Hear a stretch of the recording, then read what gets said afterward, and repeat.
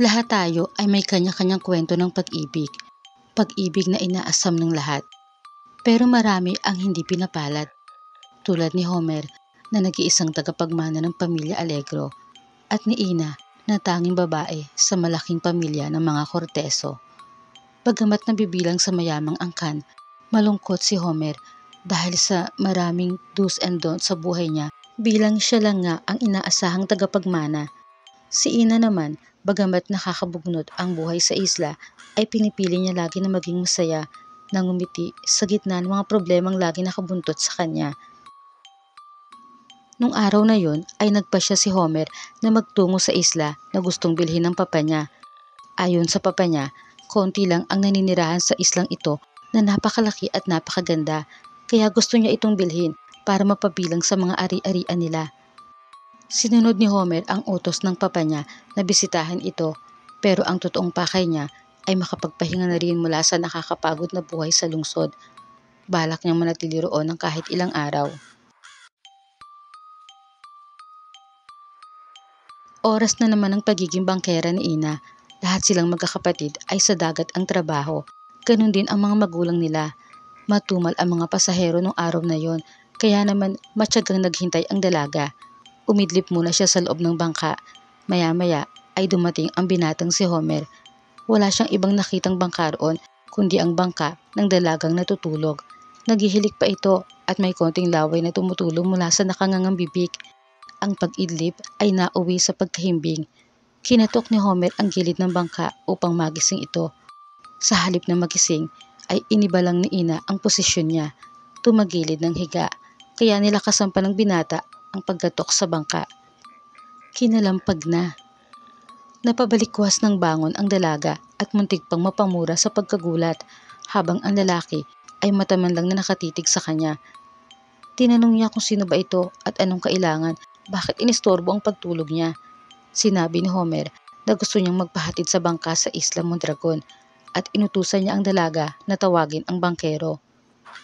Pairap namang sinabi ni Ina na siya ang bangkera ng bangkang iyon, kaya maupo na lang muna ito sa bangka. Nagulat man ay tahimik na naupo si Homer sa loob ng bangka. Ilang saglit pa ang nakalipas at napatingin siya sa dalagang nagkukukot ng kuko. Tinanong niya kung bakit hindi pa sila umaalis. Sumagot ito nang hindi tumitingin sa kanya at patuloy lang sa pagkukukot ng kuko. Anito, kailangan pa nila maghintay ng kahit 4 pang pasahero para makalarga na sila. Tugi raw kung mag-isa lang ang lalaki na ihahatid niya. Kinuha ni Homer ang wallet at inabutan ng 1,000 piso ang bangkera.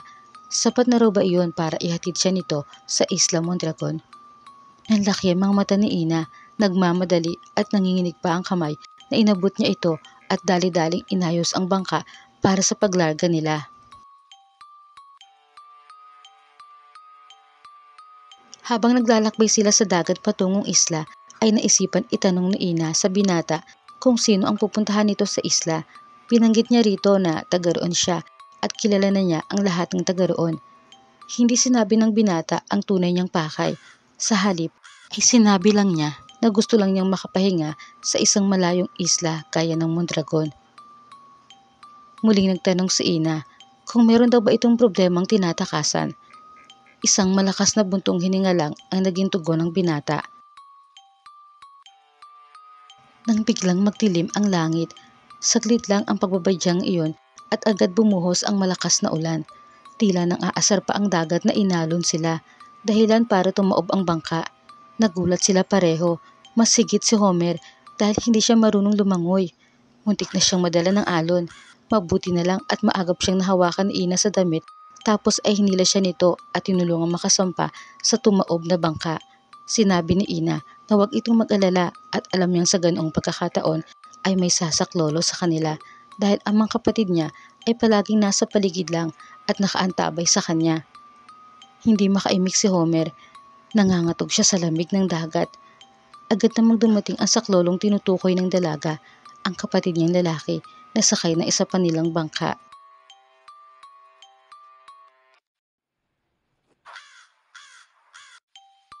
Nang makarating sa Pampang ay nalaman ni Ina na wala palang tiyak na uuwian ang binata, kaya inalok niya ito na sa bahay na lang muna nila tumuloy.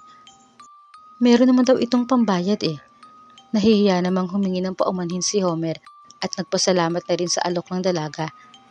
Tinapik siya ni Ina sa balikat at sinabing siya ang dapat humingi ng paumanhin sa binata dahil hindi niya ito naihatid ng maayos at ligtas sa Isla Mondragon. Tapos ay nabasa pa ang dala nitong bag na naglalaman ng mga personal na gamit at pera. Nanlalaki ang mga mata ni Ina sa dami ng perang dala ng binata. Tinulungan niya itong patuyuin ang mga yon habang isa-isa nilang inilalapag ang mga basang pera sa mesa ay sakalang nila naisip na magpakilala sa isa't isa at magkwentuhan na rin ng ilang bagay. Naiilang lang si Homer dahil ang mga kuya ni Ina na nasa 7, lahat ay nakapalibot sa kanila at tila mga gwardyang nagbabantay. Umaga, magkasabay na nagkape ang dalawa sa harap ng bahay nila Ina. Inusisa ni Homer ang mga bagay-bagay tungkol sa isla tulad ng bili ng ama. Pero naging matipid ang dalaga sa pagbibigay ng impormasyon tungkol sa isla. Naisip naman ni Homer na ang pananatili niya sa bahay ng mga Corteso ay isang magandang oportunidad para sa kanyang plano. Bukod doon ay hindi rin niya maiwasan na hindi mapansin ang kakaibang ganda ng dalagang taga-isla. Morena ang kulay at maamo ang mukha ni Ina na nasasarapan siyang titigan. Hindi agad niya ito napansin nung una niya itong makita na natutulog sa bangka. Sa pagdaan pa nga ng mga araw ay unti-unti silang nagpapalapit sa isa't isa hanggang sa hindi na malaya ni Ina na panay-panay na pala ang sulyap niya sa gwapong mukha ng binata. Natutuwa siyang pagmasdan ito, malapit man o malayo. Nagulat pa siya na bigla siyang batukan ng panganay nilang kuya na si Ivan. Tinanong siya nito kung umiibig na ba siya sa binatang dayo. Ngiti lang ang isinagot ni Ina at patakbo na nitong tinakasan ang kuya niya. Sinamahan ni Ina si Homer sa paglilibot sa isla. Ang isip ng binata na mabili ang isla ay pansamantalang naisantabi dahil sa nararamdaman niyang pag-ibig sa dalaga. Habang naglalakad sila sa dalampasigan ay hindi na napigilan ni Homer ang sarili. Sa nauutal niyang pagsasalita ay sinabi niya rito na umiibig siya sa babaeng kasama niya sa mga sandaling iyon. Napalunok si Ina at hindi makapaniwala. Hindi siya makaapuhap ng sasabihin. Gustuhin man niyang sabihin na rin agad sa binata na pareho lang sila ng nararamdaman pero hindi niya ginawa. Sa halip ay sinabi niyang bigyan siya nito ng panahon dahil kakakilala pa lang nila. Naniniwala naman si Homer na ang pag-ibig ay hindi nababatay sa haba ng panahon ng pagkakakilala, kundi sa mahika ng pag-ibig na hindi inaasahang dumadapo sa mga puso. Gayunpaman ay handa raw siyang maghintay sa tugon ng dalaga. Sa kubo ng kanilang tambayan ay nagpatawag ng pulong si Ina sa kanyang mga kapatid na pawang mga lalaki. Inilahad niya rito ang problemang puso niya. Sabay-sabay na napakamot ng ulo ang mga ito dahil anila hindi naman sila eksperto sa pag-ibig para hinga ng payo. Sila nga ay wala pang mga nobya. Isa pa, tsak na magagalit ang nanay at tatay nila kapag nalaman na umiibig siya at sa isang estranghero pa. Lumapit si Ivan kay Ina at may ibinulong. Ang ibinulong nito ay ipinasa sa isa pa nilang kapatid na ipinasa naman ito sa isa pa hanggang sa matapos ang tila laro ng pasahan ng bulong. Nang gabi ring iyon, ang nahihimbing na sa tulog na si Homer ay nagising sa alulungan ng mga aso sa paligid. Bumangon siya mula sa mahabang upuan na siyang hinihigaan. May narinig siyang mga kakatuwang pag-ungol na tila nagmumula sa labas ng bahay. Kaya tumayo siya at humakbang palapit sa nakasarang pinto. Gayo na lang ang panlalaki ng mga mata niya nang makita ang nakatalikod na si Ina. Nasa harapan nito ang mga kapatid na lalaki, pati ang nanay at tatay. Lahat sila ay napalingon sa kanya. Kakatuwa ang mga itsura nila. Nangingitim ang ilalim ng mga mata, may bakas ng dugo sa labi at tila namumutla ang mga balat na animo binudburan pa ng harina. Napaatras si Homer. Hindi yata't pamilya ng aswang ang mga ito. Kung ano man ang iniisip mo, tama ka Homer. May lahi kaming aswang. Nag-aalmusal, nagtatanghalian at naghahapunan ng tunay na pagkain ng tao. Ngunit pagsapit ng hating gabi, alauna mismo ang kinakain namin. Sa umaga ay isang masayang pamilya, ngunit sa gabi, panganib na ang aming dala. Ngayon, Homer, sabihin mo sa akin kung handa ka pa rin bang ibigin ang isang tulad ko. Napalunok ang binata at isa-isang tinignan ang mga kapatid at magulang ni Ina na tila mga anyong zombies. Lumakas pa ang ungulan ng mga ito na para bang sabik na sabik ng kainin siya. Huminga ng malalim si Homer at maliliit ang hakbang na lumapit sa dalaga. Hinawakan niya ang malupang kamay nito at sinabing ngayon lang siya nakaramdam ng pag-ibig sa puso niya, kaya kahit anong lahi pa ang meron ito ay handa siyang tanggapin. Katunayan, handa siyang magpakagat dito ngayon na mismo kung ito ang paraan para maging tulad nila. Nagkatinginan ang magkakapatid at sabay-sabay na napahinto sa pag-ungol. Ibig mong sabihin, kahit aswang ako, mahal mo pa rin ako? Sunod-sunod ang naging tango ni Homer dahil doon ay mahigpit siyang niyakap ng dalaga. Ang mga kapatid naman ay napakamot ng ulo, pinahid ang mga ketchup nila sa bibig at pinagpag ang harina sa katawan. Pilit ding inaalis ang uling na inilagay sa mga mata. Nagtaka si Homer sa ginawa ng mga ito. Natatawang sinabi ni Ina na hindi talaga sila mga aswang. Nagpanggap lang upang masubok ang tunay na nararamdaman ng binata para sa kanya. Nangangaba raw kasi ang mga kapatid niya na baka gusto lang makaisa ni Homer sa isang tulad niyang taga-isla. Kaya naman pati mga magulang nila ay nakisali na rin sa gimmick na yon. Nang maglalapat na ang labi ng dalawa ay biglang naglapitan ang mga kapatid ni Ina at inawat sila. Dahil sa aprobado na si Homer sa pamilya Corteso, ay pinayagan nilang sumama si Ina sa bahay nito para ipakilala naman ang dalaga sa mga magulang niya. Habang daan ay ipinagtapat ng binata ang tunay niyang pakay sa isla, ang bilhin sana ito. Pero dahil sa nakita niyang payak ngunit masayang pamumuhay ng mga taga-isla, lalo na ang pamilya nila Ina, ay hindi na niya sasabihin sa papa niya na karapat-dapat itong bilhin. Natuwa naman si Ina sa naging desisyon ni Homer, pero anang binata, dahil sa gagawin niyang pagtatanggol sa isla, ay posibleng mawalan siya ng mana. Handa raw ba ang dalaga na magkaroon ng nobyong mahirap? Natatawang sinabi ni Ina na sanay siya sa hirap, at kahit maging mahirap siya habang buhay, ay okay lang sa kanya basta kasama niya ang lalaking nagpapasaya sa tibok ng kanyang puso. Nang dumating sila sa mansyon, ay nagtaka si Ina kung bakit saradong-sarado ito at nababalot ng telang itim. Sa sala ay hinintay nila ang pagbaba ng mama at papa ni Homer mula sa napakatarik na hagdanan.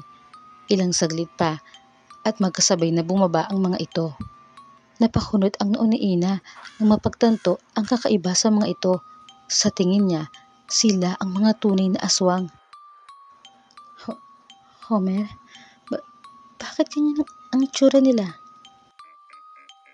Tumingin sa mga mata niya si Homer at sa pagtitig nito sa kanya ay nakita niyang baliktad ang refleksyon niya sa mga mata nito. Aswang kayo? Tumango ang binata at saka sinabi sa dalaga na ito naman ang tatanungin niya ngayon. Kung handa ba itong mahalin siya at maging parte ng lahi nilang aswang. Ang naging tugon ni Ina ay isang ubod lakas na pagsigaw mula sa mansyon patungong Isla Mondragon.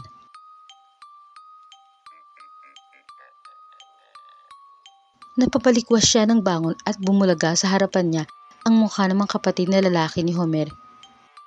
Pinagtulungan pala siyang gisingin ng mga ito dahil binabangungot siya. Nagpasalamat siya sa mga kuya niya, pero nagtaka siya dahil iba ang damit niya. Mukhang mamahalin at meron din siyang mga alahas. Tinanong niya ang mga kuya kung anong nangyayari. Lumapit si Homer sa tabi niya at ibinalik ang tanong sa kanya. Ano raw ba ang nangyayari sa kanya? Kung makatawag siya ng kuya, akala mo kapatid niya nga ang mga ito. Ipinaalala ni Homer sa dalaga na sumakay ito sa bangka niya bilang pasahero. Binayaran siya ng 1,000 kaya inihatid niya ito ng mag-isa sa isla. Kaso nung bababa na sila sa bangka, ay nawalan ito ng malay, kaya dinala niya muna sa kanila at hinintay na mahimasmasan. Tapos narinig nga nila itong nananaginip. Sumisigaw, kaya ginising nila. Sila nga nagtataka kung bakit kuya ang tawag nito sa mga kuya niya eh. Teka, itong damit, ibig sabihin, ito talaga ang damit ko? Tapos, akin ang mga alahas na suot ko?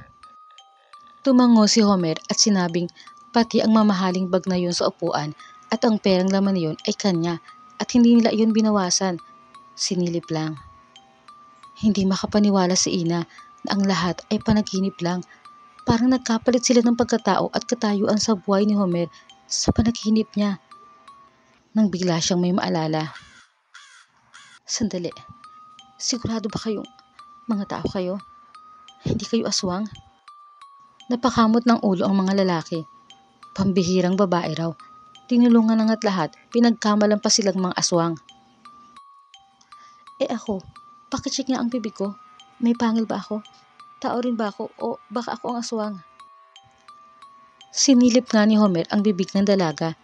Wala naman daw siyang nakitang pangil. Isa pa, hindi naman siya mukhang aswang. Mukha nga siyang anghel sa paningin niya. Anghel na may konting aning.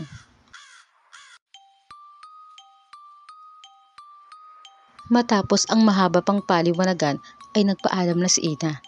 Naalala na niya ang tunay na siya. Nandoon nga pala siya sa isla para i-check kung okay itong bilhin. Pero kinalimutan na niya ang rason na yon. Bahala na siya magpaliwanag sa mama at papa niya. Mas gusto niyang bumalik sa isla na ang mga taong ito pa rin ang daratnan niya. Lalo na si Homer. Ito ang naghatid sa kanya paalis sa isla. Habang nasa gitna pa sila ng dagat ay sinabi ni Homer sa dalaga na hihintayin niya ang pagbabalik nito. Tumango si Ina at ngumiti ng matamis. Pagbaba niya sa bangka ay nagpahabol ang binata ng salitang mahal kita. Nilingon siya ng dalaga at tinugunan iyon ng salitang mahal din kita. Tapos ay muli silang naglapit at nagyakap ng mahigpit. Batid nilang pareho na hindi pa nila lubusang kilala ang isa't isa. Ngunit hindi man maunawaan ang estrangherong pag-ibig ay handa silang tanggapin ito ng may pananalig. Ito ang kakaibang kwento na kanilang pag-ibig na nagsimula sa isang panaginip.